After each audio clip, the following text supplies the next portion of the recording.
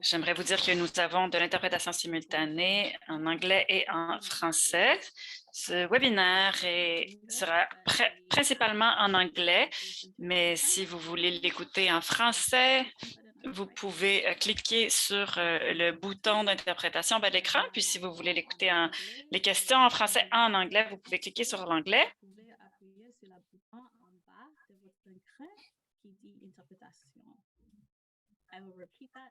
Je vais le répéter encore une fois, comme je vois qu'il y a des gens qui se joignent à nous.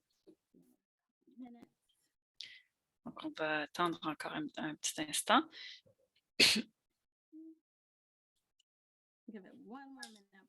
Une autre minute et puis on commence.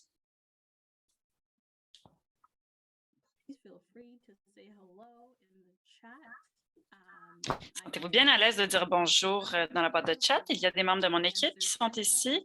Elles vont pouvoir répondre à vos questions si jamais vous avez du mal à nous entendre ou à voir la présentation. Donc, pour tout souci technique. Super. Bienvenue tout le monde. Très bien. Nous allons commencer. Donc, je m'appelle Michelle Mussindo. Je suis responsable du volet subvention au développement économique à la Fondation canadienne des femmes et je m'occupe de notre travail de développement économique. Comme j'ai dit plus tôt, vous avez peut-être déjà entendu, nous avons de l'interprétation anglais-français disponible dans les deux sens, donc choisissez la langue de votre préférence.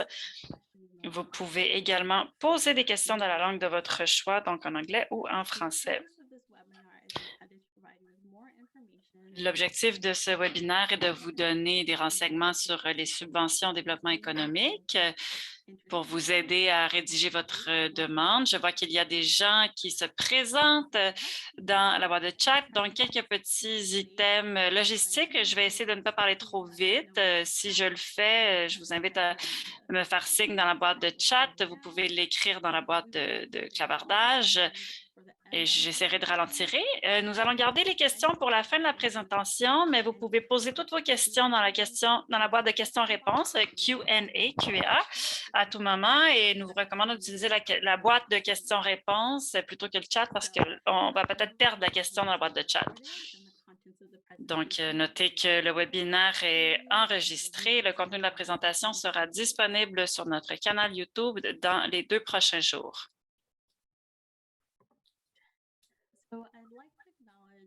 J'aimerais commencer le webinaire en reconnaissant que plusieurs d'entre nous se trouvent sur des territoires traditionnels, ancestraux et non cédés de nombreuses communautés autochtones. Nous tenons à reconnaître le rôle que les Premières Nations, les Métis et les Inuits ont joué et continuent à jouer en tant que gardiennes de la terre et des eaux. C'est avec un immense respect pour ce rôle que nous entamons notre travail, en sachant que nos relations doivent être améliorées et en tenant compte des répercussions persistantes de la colonisation et du racisme systémique et de la violence qui a toujours cours envers les communautés autochtones du Canada.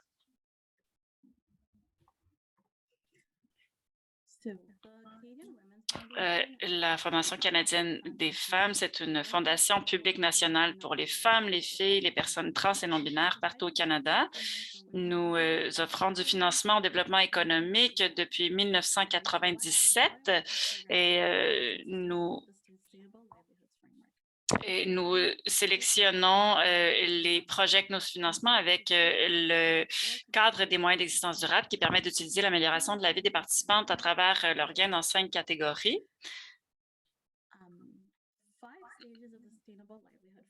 Donc, les 5 catégories d'avoir sont les suivantes. Étape 1, survie.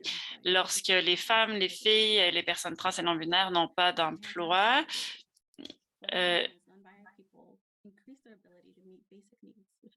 étape 2, améliorer l'employabilité, ce qui permet aux femmes de se centrer sur la préparation à l'emploi et la prise de décision. Étape 3, explorer les possibilités. Les femmes entrent sur le marché du travail et ont des stratégies de revenus comme plusieurs emplois à temps partiel. Stage 4, étape 4, envisager les occasions. Les femmes renforcent et professionnalisent leurs possibilités d'emploi.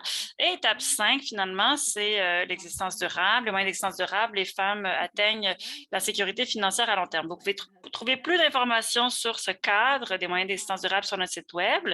Et si vous avez, je suis désolée, j'ai des problèmes avec mon ordinateur.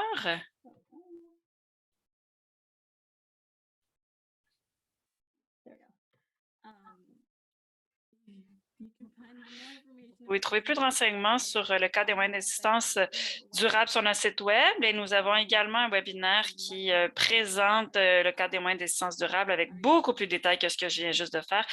On peut trouver ce webinaire sur notre canal YouTube. Donc, on utilise ce cadre pour notre sélection, mais ce n'est pas pour vous imposer une approche, c'est pour nous donner un langage commun. Lorsque nous regardons vos projets, nous souhaitons financer les projets qui sont centrés sur les premières étapes du cadre des moyens d'existence durable. Donc, première, deuxième et troisième. Nous vous recommandons, en faisant une demande, de réviser le cadre de travail pour avoir une compréhension claire du cadre d'analyse et en quoi il est en lien avec votre demande. Je vais prendre une petite pause ici parce que je sais qu'il y a plusieurs nouvelles personnes qui se sont jointes à nous. Bienvenue au webinaire. Nous venons de commencer. J'ai parlé un peu de notre perspective, notre point de vue sur le développement économique à la Fondation canadienne des femmes. Vous pouvez vous présenter dans la boîte de chat. Il y a de l'interprétation français-anglais qui est disponible. Choisissez la langue de votre préférence. Sentez-vous bien à l'aise d'écrire vos questions dans la boîte de questions de réponses. Nous vous recommandons d'utiliser la boîte de questions-réponses plutôt que la boîte de chat pour ne pas perdre les questions. Absolument. Le webinaire est bilingue. Nous aurons l'occasion des diapos en français et en anglais. Vous pourrez avoir accès aux diapos dans la langue de votre choix après le webinaire. Je vais continuer. Je veux également dire qu'il y a des membres de l'équipe qui sont ici, qui pourront répondre à vos questions si jamais vous avez des problèmes techniques. Nous avons Liba ici, Karen Campbell et Melissa qui sont ici pour répondre à vos questions si jamais vous avez des problèmes d'accessibilité pendant la présentation d'aujourd'hui. Très bien. Donc, pour les subventions au développement économique, cet appel de proposition comporte un processus en 2 étapes. Les organismes intéressés sont invités à présenter une lettre d'intention au moyen d'un formulaire en ligne sur notre portail. Vous ne pourrez que soumettre une demande par organisme. Ce webinaire va aborder principalement la lettre d'intention et les lignes directrices et les critères. Donc, vous allez nous soumettre une lettre d'intention sur le portail. Nous vous demandons de ne pas envoyer les lettres d'intention par courriel parce que vous devez répondre à des questions organisationnelles dans le formulaire en ligne. Pour être considéré admissible, vous devez avoir un statut de bienfaisance. Donc, les personnes qui demandent, des organismes qui demandent d'avoir un numéro de bienfaisance valide émis par l'Agence de revenus du Canada ou être reconnu par le conseil de bande ou la municipalité comme donataire. Si vous n'avez pas le statut de bienfaisance ou de donataire qualifié, vous pouvez travailler avec un organisme qui est organisme de bienfaisance enregistré ou donateur qualifié et le conseil d'administration de l'autre organisme aura la responsabilité de la subvention et la responsabilité juridique de fournir les services tels que proposés. Donc, une fois que vous avez soumis votre lettre d'intention, nous allons demander à des organismes sélectionnés de soumettre une demande complète avec un plan de travail détaillé, un budget et des lettres de partenaires. Tous les demandeurs recevront une réponse dans 4 à 6 semaines après le 14 avril pour savoir s'ils sont passés à la 2e étape. Nous allons allouer jusqu'à 10 subventions jusqu'à 65 000 ans pour 4 ans, de 2023 jusqu'à 2027. Encore une fois, je vous demande de poser toutes vos questions dans la boîte de questions-réponses. Les subventions de développement économique soutiendront des organismes qui offrent des programmes aux femmes, aux personnes bispirituelles, trans et non-binaires dans l'un de ces 4 domaines. La formation au travail autonome, accélération d'entreprise, le programme d'orientation d'inclusion du travail, métiers et technologies et subvention des réseaux. Je vais expliquer en détail ce en quoi consiste chacune de ces catégories dans les prochaines diapos. Donc, nous cherchons à financer des organismes qui offrent des programmes de formation au travail autonome et accélération d'entreprise. Donc, ce sont des programmes qui comportent une solide composante d'auto-évaluation des préparations à l'investissement dans le but de renforcer la viabilité commerciale et la sécurité financière. Nous cherchons des programmes qui offrent du coaching 1 sur 1, de la formation financière, par exemple. Nous cherchons des organismes qui offrent des occasions de bâtir des réseaux et de développer des mesures de soutien complémentaires, des planifications curriculaires claires et bien élaborées pour permettre aux participants de comprendre les multiples facettes du travail autonome. Nous voulons également financer des organismes qui soutiennent les métiers de la technologie, qui permettent aux participants d'évaluer leur compatibilité et leur préparation au secteur et à prendre des décisions relatives à leur carrière, des programmes qui permettent aux participants d'avoir des stages dans le milieu,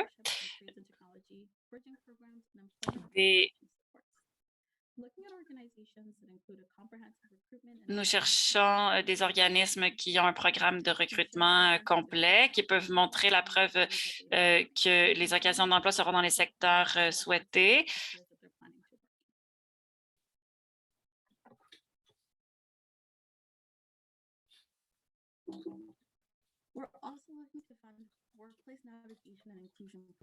Nous cherchons également à soutenir des programmes d'orientation d'inclusion au milieu de travail. Donc, veuillez noter que nous cherchons à financer des programmes. C'est le seul volet où nous visons à financer des organismes de bienfaisance qui ont des entreprises sociales.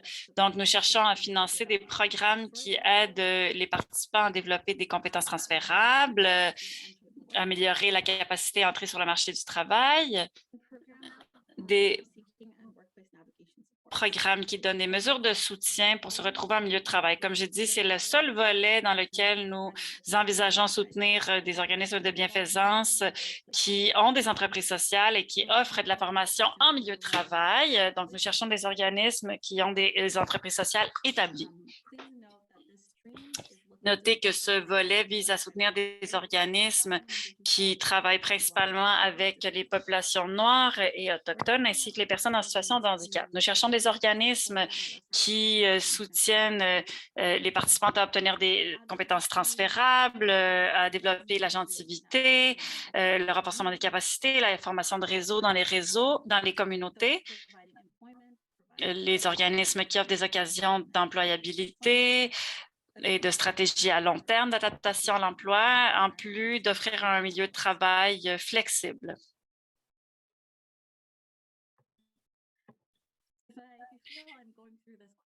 Donc, oui, je vais un peu rapidement, mais soyez rassurés, tous ces renseignements sont sur notre site Web, sur le portail de présentation de demande. Donc, vous pourrez avoir accès à tous ces renseignements à votre aise à la maison.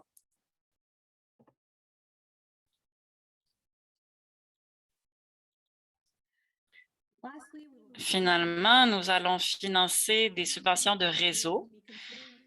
Donc, nous évaluerons le financement d'organismes qui font du renforcement des capacités, du transfert de connaissances à l'échelle nationale, provinciale et régionale. Nous visons particulièrement le financement d'organismes qui travaillent sur le travail décent, qui travaillent sur la défense des droits, le plaidoyer, l'échange de connaissances autour de la sécurité économique. Donc, des organismes qui travaillent sur le changement systémique, qui ont de l'expérience en travail de leadership et de d'élaboration de politique, qui travaillent activement avec les participantes pour surmonter les obstacles systémiques à la participation au marché du travail. Donc, des organismes qui sont à l'intersection de l'économie, de la sécurité économique, de la justice en matière de genre genre. Et maintenant que j'ai parlé des organismes que nous visons soutenir. Je vous parle de ce que nous ne subventionnons pas. Donc, nous ne finançons pas les individus, les organismes gouvernementaux fédéraux, provinciaux, municipaux, les projets à l'extérieur du Canada, les projets qui ne sont pas principalement centrés sur les femmes, les filles, les personnes trans, bispirituelles et non-binaires, le financement de déficit, les conférences, les dépenses en capital et les formations en autodéfense. Encore une fois, cette liste se trouve sur notre site Internet. Et je vois qu'il y a des questions qui commencent à rentrer. C'est super. Ensuite, les priorités pour le programme. Le programme doit répondre à ces critères. L'organisme doit appliquer une analyse féministe intersectionnelle, comprendre les intersections, des obstacles à la participation économique comme la race, la classe sociale, le genre, l'identité sexuelle, le handicap, statut d'immigration, la langue et la situation géographique. Les organismes doivent utiliser une approche positive centrée sur les actifs, les atouts, qui centrent les connaissances et les expériences des participantes. Vous devez principalement travailler avec les femmes ou les personnes issues de la diversité des genres, avoir de l'expérience en soutien aux occasions économiques pour les participantes, en plus d'offrir un continuum de ressources et de liens communautaires.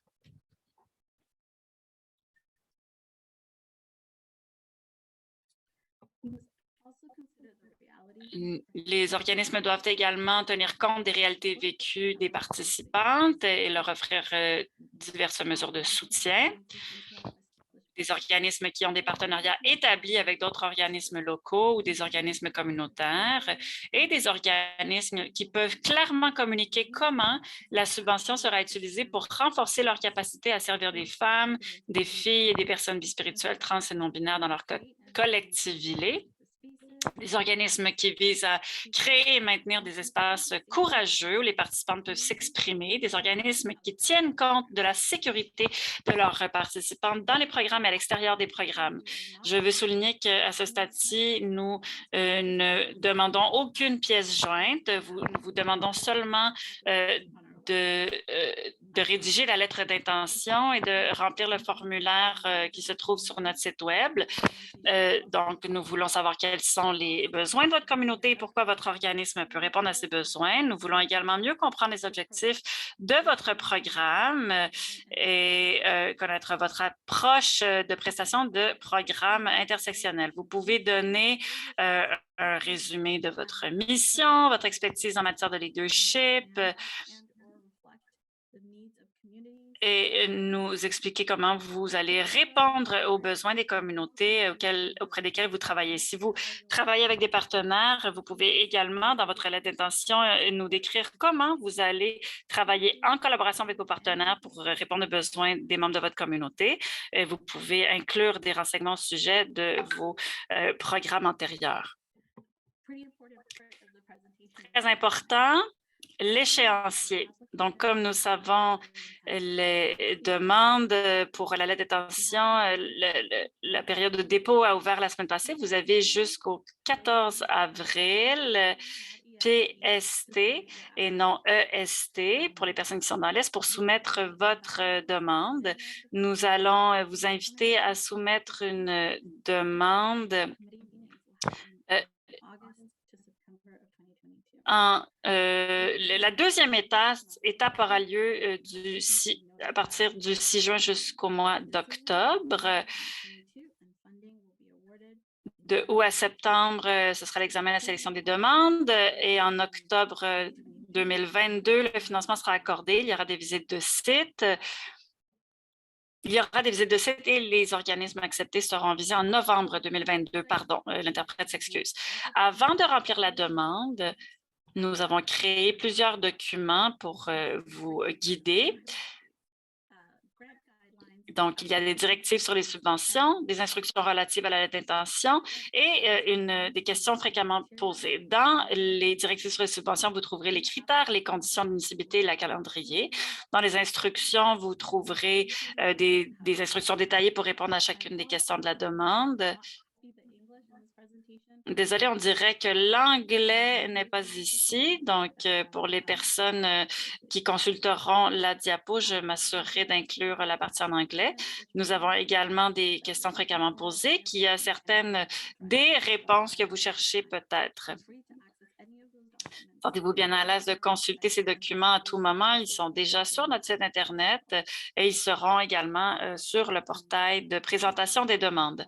Encore une fois, vous devrez soumettre la lettre d'intention sur le portail. Donc, il y aura de l'espace réservé pour la lettre d'intention. Je vous invite encore une fois à ne pas l'envoyer par courriel. Envoyez-nous des courriels pour autre chose, mais pour des raisons organisationnelles, il faut absolument que la lettre d'intention soit dans le formulaire parce qu'il est accompagné de questions relatives à votre organisation.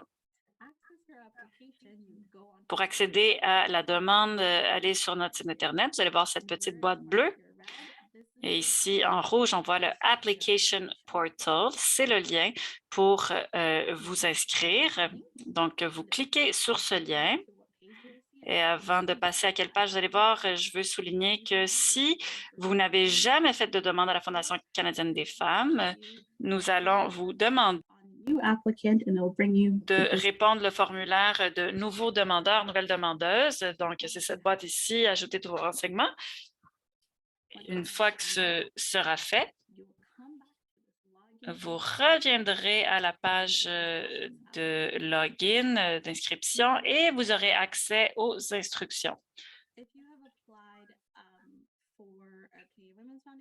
Si vous avez déjà fait une demande à la Fondation canadienne des femmes, vous connaissez probablement cette page et d'où vous pourrez accéder à la demande pour les subventions au développement économique. Vous allez arriver sur la page où sont les critères d'admissibilité, les organismes qu'on ne subventionne pas, et puis on vous demandera de répondre aux questions qui sont au bas de la page. Avant de passer à la demande, je veux revenir au site Web, au site Internet. Ici, vous voyez un deuxième lien dans la boîte bleue. Le lien pour s'inscrire et le lien pour accéder au portail ne sont pas les mêmes. Donc, une fois que vous serez inscrit au portail de demande, vous pouvez utiliser le lien pour y entrer. Donc, une fois que le compte est créé, vous pouvez revenir à la boîte bleue et cliquer sur le lien de connexion. Une fois que vous êtes dans le portail, vous allez arriver à cette page d'accueil. Vous pouvez voir votre demande. On peut voir si elle a été soumise en anglais ou en français.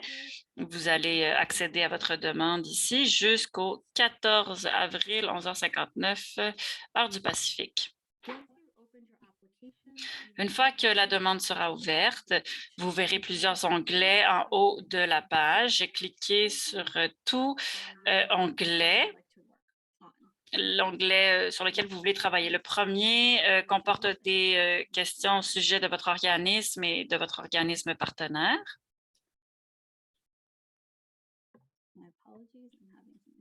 Désolée, j'ai des difficultés. Le deuxième onglet comporte les informations sur le projet, le programme. C'est ici que vous soumettez la lettre d'intention.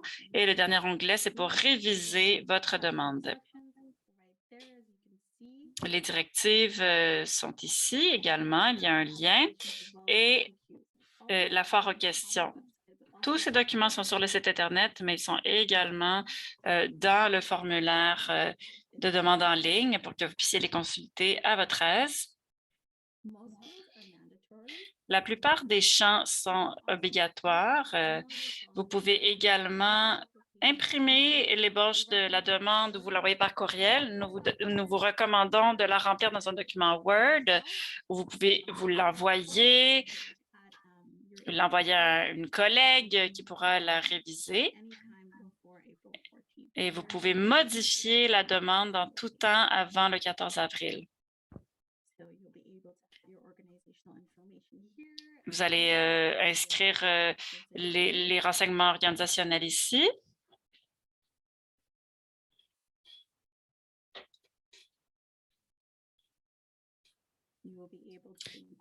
Ici, vous inscrirez le nom de la présidente directrice générale de votre organisme. Vous allez également dire si vous avez un numéro de bienfaisance. Si vous n'en avez pas, nous dire si votre organisme est partenaire à un numéro de charité, de reçu de charité. Ici, vous inscrirez le nom de l'organisme partenaire, son mandat, sa mission. Après les renseignements organisationnels, vous arriverez au deuxième onglet où vous allez sélectionner le volet de financement que vous choisissez. Donc, accélération d'entreprise, inclusion au milieu de travail, métier, technologie. Et vous inscrirez avec quelle communauté vous travaillez, votre domaine d'expertise principal. Ensuite, on vous demandera combien de personnes recevront des services avec ce projet. Vous nous direz en quoi, à quelle étape du cadre des moyens d'existence durable votre programme se situe. Et ensuite, si vous avez une entreprise sociale, vous pouvez nous parler de votre entreprise. Encore une fois, un rappel, c'est seulement pour les organismes qui font une demande dans le volet inclusion et navigation du milieu de travail. Nous vous recommandons de cliquer sur les consignes pour les questions de la demande ici, parce que vous aurez vraiment des renseignements détaillés sur ce que nous voulons savoir. Vous avez jusqu'à 700 mots dans la demande en anglais et un peu plus de mots dans la demande en français. L'interprète s'excuse, elle n'a pas entendu le chiffre exact. Encore une fois, je vous invite à poser les questions que vous avez pendant ce webinaire dans la boîte de questions et réponses Q&A, la boîte Q&A.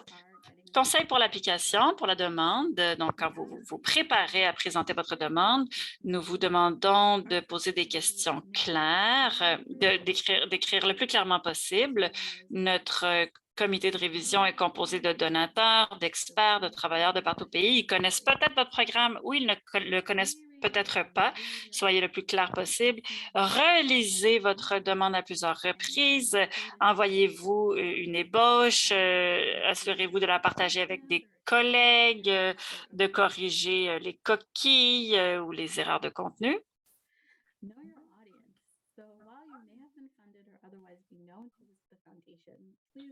Donc, même si vous avez déjà reçu du financement de notre part, nous ne connaissons peut-être pas en détail votre travail. Encore une fois, notre comité d'évaluation des demandes est composé de personnes de partout au pays. Donc, ils ne connaissent peut-être pas aussi bien votre travail que nous le sommes. Donc, soyez très explicite lorsque vous parlez de l'approche de votre organisation, vos liens avec la communauté, votre expérience de prestation de programmes intersectionnels pour l'équité des genres. Nous vous demandons à ne pas inclure de statistiques et de sources externes qui abordent les enjeux de façon générale. Nous vous demandons vraiment à vous centrer sur votre communauté. Nous voulons savoir qui vous êtes, qui travaille dans votre organisation, qui est desservi par l'organisation.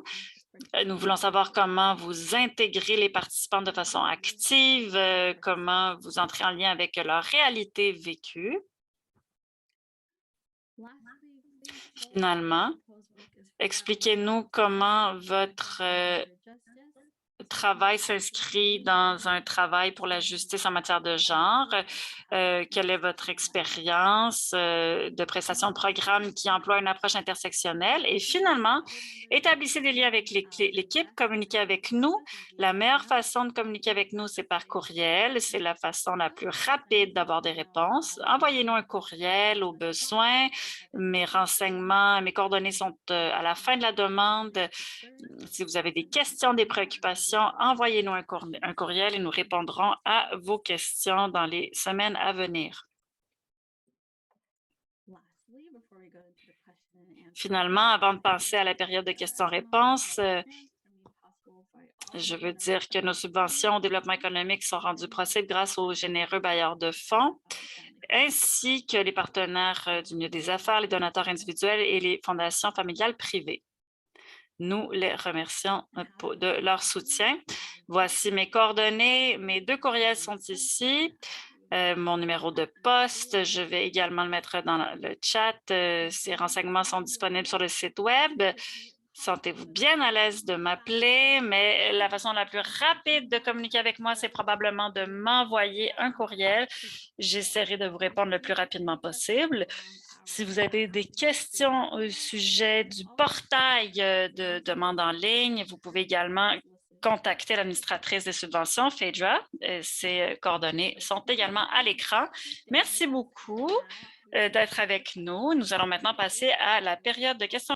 Je vais ouvrir la boîte de questions-réponses, voir combien de questions sont là.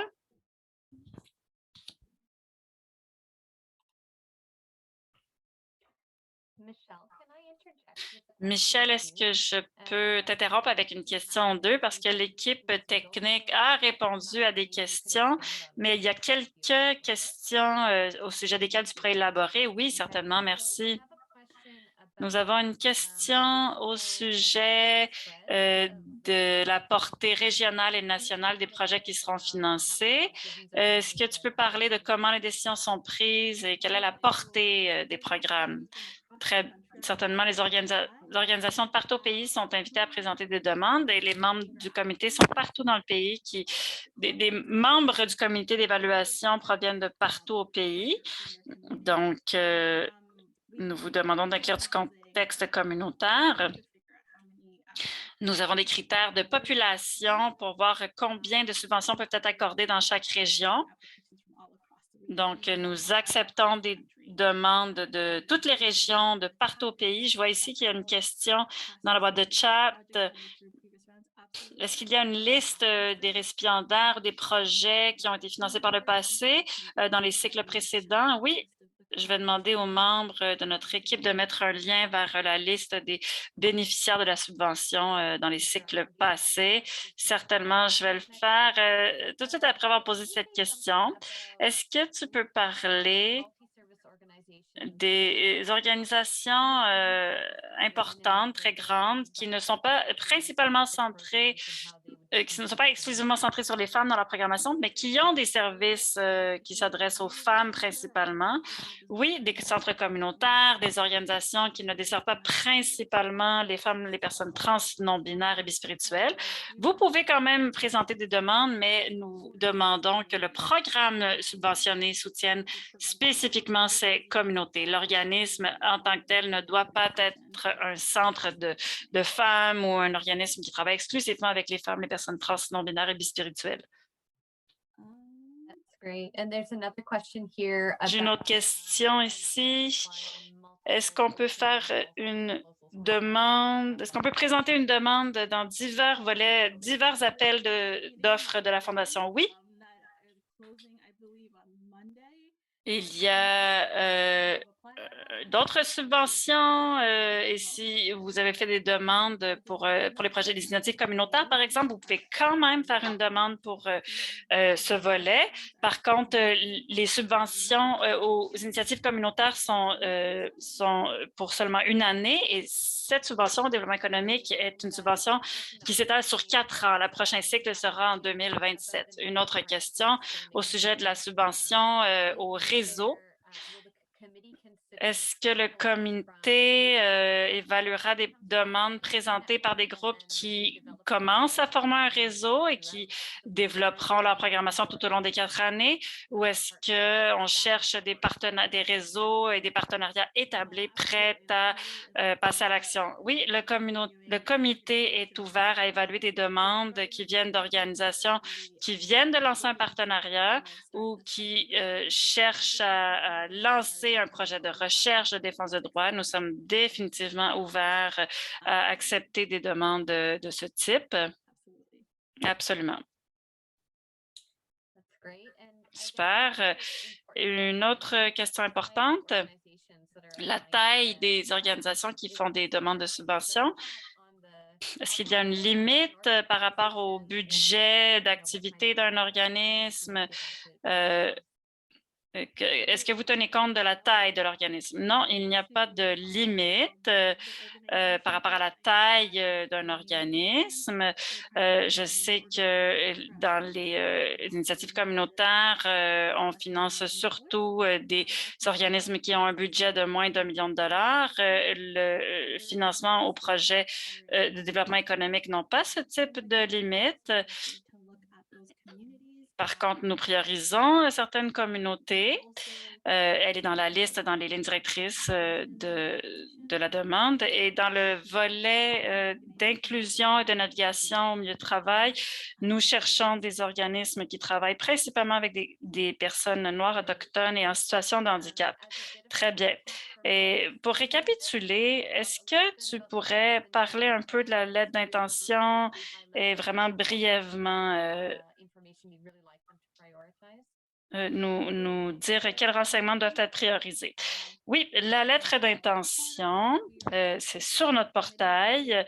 Le comité de sélection veut mieux comprendre le programme que vous souhaitez proposer, qui sont les membres de la communauté, qui sont les membres de l'organisation, quelle est votre expérience dans la prestation de programmes fondés sur le genre intersectionnel dans le domaine de la sécurité économique, quelles sont vos priorités, qu'est-ce que vous voulez faire dans la collectivité, comment allez-vous utiliser les fonds s'ils vous sont accordés. Donc, c'est ce qui nous intéresse principalement. Nous voulons savoir quels sont les besoins de votre communauté, quelle est votre expérience dans la prestation de services à des participants de votre communauté. Nous voulons également savoir comment vous impliquez vos participants et vos participantes dans votre programmation. Ça, c'est très important et c'est mentionné dans les critères de sélection que vous pouvez consulter. Comment les participants seront intégrés dans la programmation, c'est vraiment un critère qui fait partie du processus de décision du comité.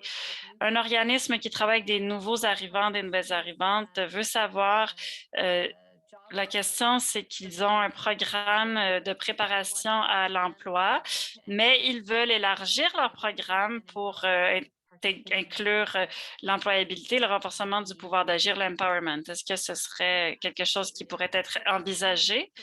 Tout à fait. Ça semble correspondre au volet d'inclusion et d'intégration au milieu de travail. Je ne veux pas dire oui sans avoir une description plus détaillée, mais envoyez-moi un courriel avec un peu plus de renseignements et puis je pourrai vous répondre. Mais de ce que vous dites, oui, ça semble correspondre aux critères des subventions. Une autre question, et c'est une question qui est souvent posée. De nombreux bailleurs de fonds cherchent à centrer du nouveau travail, des nouveaux projets, nouvelles initiatives. Est-ce que c'est le cas avec cette subvention ou vous êtes ouverte à financer du travail existant? Nous sommes absolument ouvertes à financer du travail existant. On parle souvent d'innovation, on parle souvent de nouveautés, mais le travail qui existe déjà est souvent essentiel. Donc oui, nous sommes ouvertes à financer du travail existant. La même question vient d'être posée dans la boîte de clavardage. Est-ce qu'on peut faire une demande pour des programmes récurrents qui ont déjà été lancés? Oui, absolument. Je me demande si tu pourrais parler du comité. Parfois, à la fondation, on a des processus gérés par des communautés, mais les gens ne savent souvent pas de quoi ça a l'air, qui siège sur la communauté, c'est quoi notre lien avec les communautés. Donc, peut-être que tu peux nous parler un peu plus en détail du comité. Oui, les membres du comité sont des parties prenantes avec lesquelles nous interagissons, des organismes bénéficiaires comme vous-même, des spécialistes communautaires. Nous avons des personnes qui comprennent comment les entreprises sociales fonctionnent, comment le travail d'innovation sociale fonctionne. comme nous finançons des entreprises sociales, nous avons des personnes qui travaillent avec nos communautés prioritaires, donc les communautés noires, autochtones, métis, inuits et en situation de handicap. Nous avons des personnes qui sont issues de ces communautés qui peuvent nous aider à mieux comprendre quels sont les besoins et les caractéristiques. Nous avons également des bailleurs de fonds, des donateurs qui siègent sur les communautés, sur les comités. Donc, c'est un groupe assez diversifié de personnes extraordinaires qui viennent de partout au pays, qui réfléchissent, qui reflètent la diversité et les qualités de nos partenaires, de communautés sur le plan de la langue, de la race, de la classe, des capacités, tout ce qui est énuméré dans les critères pour les subventions est reflété chez les membres du comité de sélection. Ce sont des personnes qui sont outillées et ce sont les personnes qui font les choix des organismes et des projets subventionnés. Nous sommes là pour les soutenir. Merci. Je crois qu'en tant que gestionnaire de subventions, nous devons souvent rappeler aux organismes demandeurs que ce n'est pas nous qui faisons les décisions, mais ce sont les membres du comité de sélection. Quelqu'un veut savoir si la liste des membres du comité est publique? Oui, la liste est sur le site Internet. Je crois que ça fait un moment, mais je vais arrêter de partager mon écran pour la trouver sur notre site Web. Dans la section à propos de nous, il y a un onglet qui vous donne accès au comité d'évaluation. Je ne vois pas d'autres questions. Ah, il y a une autre question qui vient d'apparaître. Est-ce que, c'est encore une fois la question pour les nouveaux programmes, c'est pour des nouveaux programmes et pour des programmes existants, sentez-vous bien à l'aise de présenter une demande, peu importe dans laquelle de ces deux situations vous êtes?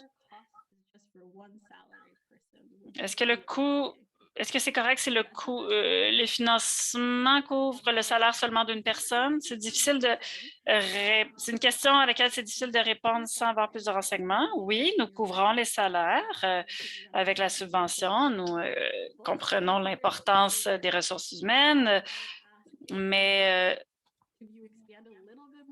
je vous demanderai d'élaborer un peu par courriel.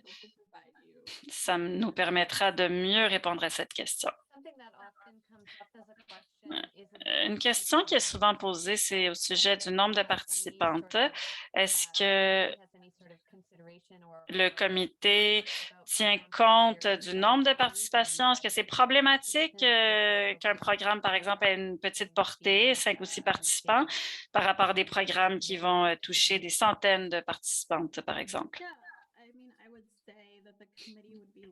Le comité va regarder le montant que vous demandez par rapport au nombre de participantes que vous pensez joindre. Donc, c'est plutôt une question d'impact et le rapport entre les fonds demandés et les impacts sur la communauté. C'est là où l'accent sera placé. Merci. Je vois que cette question vient d'être posée dans la boîte de chat au sujet de la collaboration. Est-ce qu'on peut collaborer avec une autre organisation? Oui, tout à fait. Vous pouvez collaborer avec un autre organisme. Je dirais que si vous travaillez en partenariat et que les deux organismes ont un numéro de charité, je vous demande de mettre le numéro de charité de l'organisme partenarialement, même si votre numéro de charité sera utilisé. C'est simplement pour savoir qu'il s'agit d'un partenariat entre deux organismes. Est-ce que la subvention, c'est pour 10 organismes de 65 000 $? C'est une subvention de 65 000 $ par année par organisme sur 4 ans. Je vais boire un peu d'eau. Une autre question au sujet des calendriers et des dates de début des programmes. Est-ce qu'un organisme peut faire une demande de subvention pour financer un programme qui est actuellement en cours et que la date de départ de la prochaine cohorte sera après le début du cycle de financement? Est-ce que le programme peut commencer un peu plus tard, en sommaire? Oui. Peut-être que vous allez devoir nous donner un peu plus de renseignements, expliquer pourquoi le programme commencera en 2024, par exemple, plutôt qu'en 2023. Donc, vous devez inclure les détails dans la demande. Et en fonction de votre explication, ce sera peut-être possible de sélectionner votre projet. Très bien. Avec la lettre d'intention, est-ce qu'on doit également soumettre une lettre de soutien, une lettre d'appui? Non. Nous ne vous demandons pas de pièces jointes. Nous vous demandons seulement de répondre aux questions dans le formulaire en ligne. Dans la deuxième ronde, dans la deuxième étape, nous allons vous demander des lettres de soutien, des modèles de budget et d'autres documents. Et puis, vous allez connaître quels sont ces documents une fois que vous serez accepté à la deuxième étape.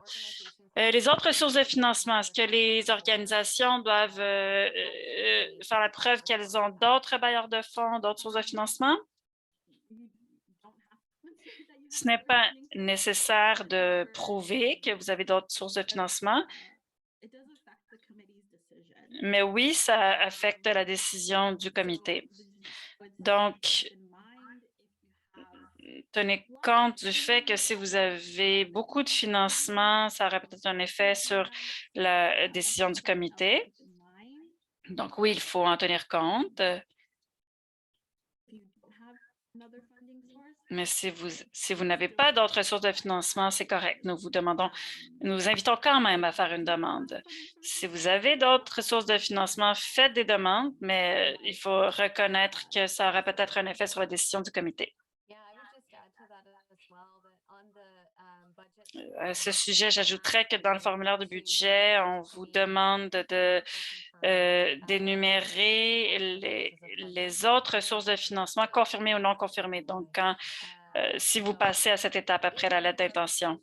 Donc, si vous proposez faire un programme qui coûte bien plus que 65 000 par année et que vous ne nous montrez pas que vous avez d'autres sources de financement qui vous permettent de compenser la portion de financement manquante, le comité va se poser des questions. Donc, il voudra avoir des explications, savoir comment vous allez pouvoir offrir le programme s'il coûte plus que 65 000 par année. Une question de Taki. Est-ce que les financements peuvent être utilisés pour l'achat d'un permis? Donc, le permis d'achat d'un programme national préexistant. Je ne suis pas sûre de comprendre la question.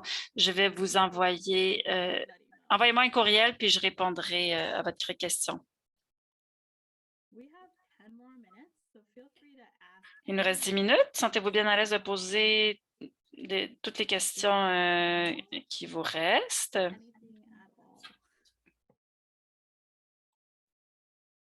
Je veux également remercier notre interprète Myriam de me suivre. Je sais que je parle un peu rapidement. Nous avons un autre webinaire demain. Si jamais vous écoutez en français, peut-être que vous avez manqué quelque chose. Le webinaire de demain sera en français. Donc, sentez-vous bien à l'aise d'y participer.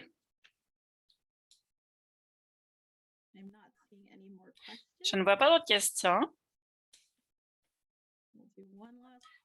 Donc, je vais lancer l'appel encore une fois. Est-ce que vous avez des questions?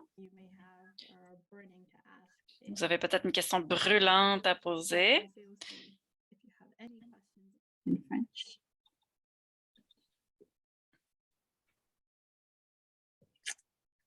Okay, it looks like maybe they aren't Très bien. any more questions.